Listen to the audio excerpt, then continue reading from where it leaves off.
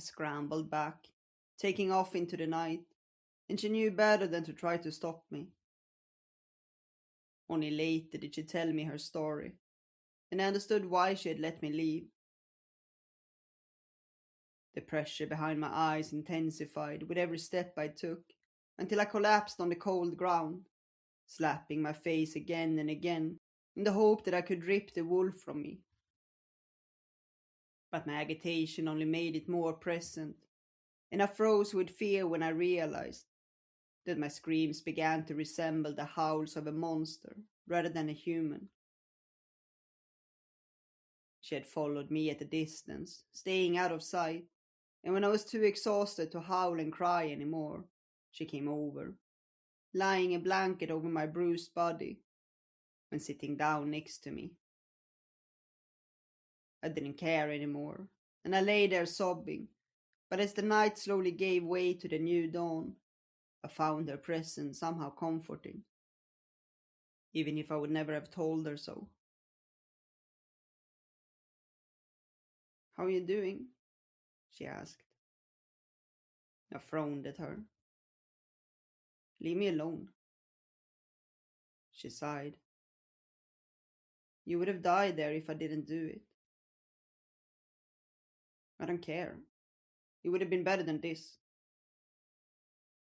"Would it?" Her wolf eyes looked into mine, giving me the chills, but I lashed out yet again. "It's your fault. You're a monster. Just leave me alone." She stayed silent through my outburst, watching me with a mix of resignation and sadness. Later, I would deeply regret those words, and wish I could somehow take them back, but back then I didn't care.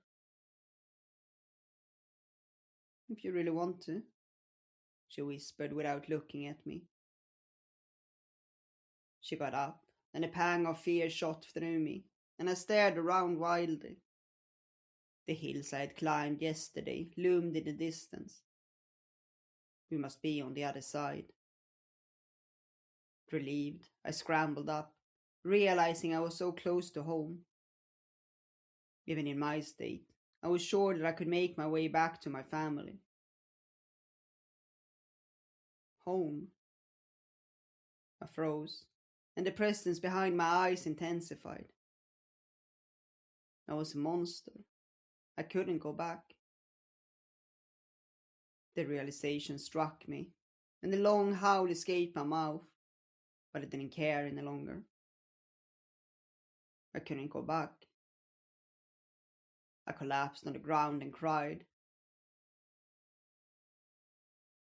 "At least come and take your belongings from the camp," she said. "What's the point?" I sobbed. She sighed and sat down next to me again. "Come, you must be hungry and tired." She was right, and my body kept reminding me about it, but I still ignored her. She watched the sun slowly rising on the horizon, and I glanced at her.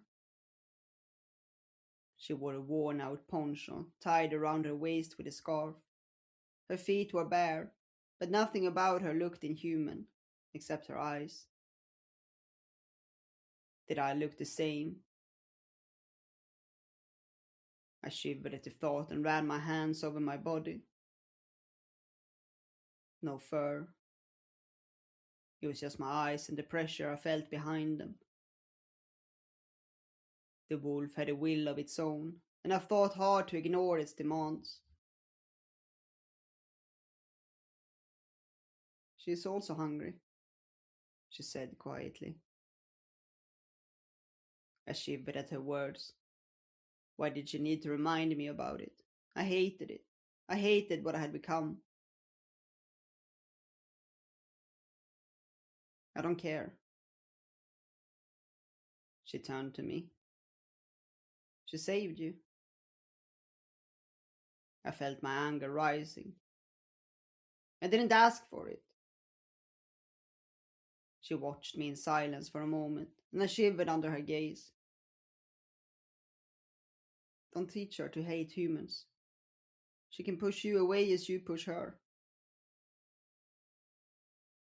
A cold chill ran down my spine, but I was still too disgusted by the idea of letting it do anything, so I ignored its demands. What's your name? I asked, more to distract it than anything else, but to my dismay, I could feel it was happy with my question. Luna, she smiled. And before I had a chance to give her my name, she continued. It's our tradition to let the spirit choose your new name. You're no longer who you used to be. I frowned and looked away. I'm Esmeralda, I said quietly. She sighed and got up. Let's eat. All of us are hungry. I frowned, annoyed, but she was right. I was starving. I got up and resisted its urge to stretch. I adjusted a blanket around me and followed her, surprised by how good I felt, considering my night's ordeal. The camp wasn't far, and soon I saw the fireplace and 2 horses tied to a tree. Falcon. I rushed over to him, but he stepped back and raised his ears. You will get used to you, she said, walking over to the fire and poking the embers with a stick, before adding some wood and sitting down on the ground. I sat down, glancing at Falcon, as he tried to get away as far from us as the rope allowed him, while the other horse remained calm. I sighed and looked down. Home. But before my thoughts brought me to tears, Luna put some meat on the hot coals, and the smell of food grabbed our attention.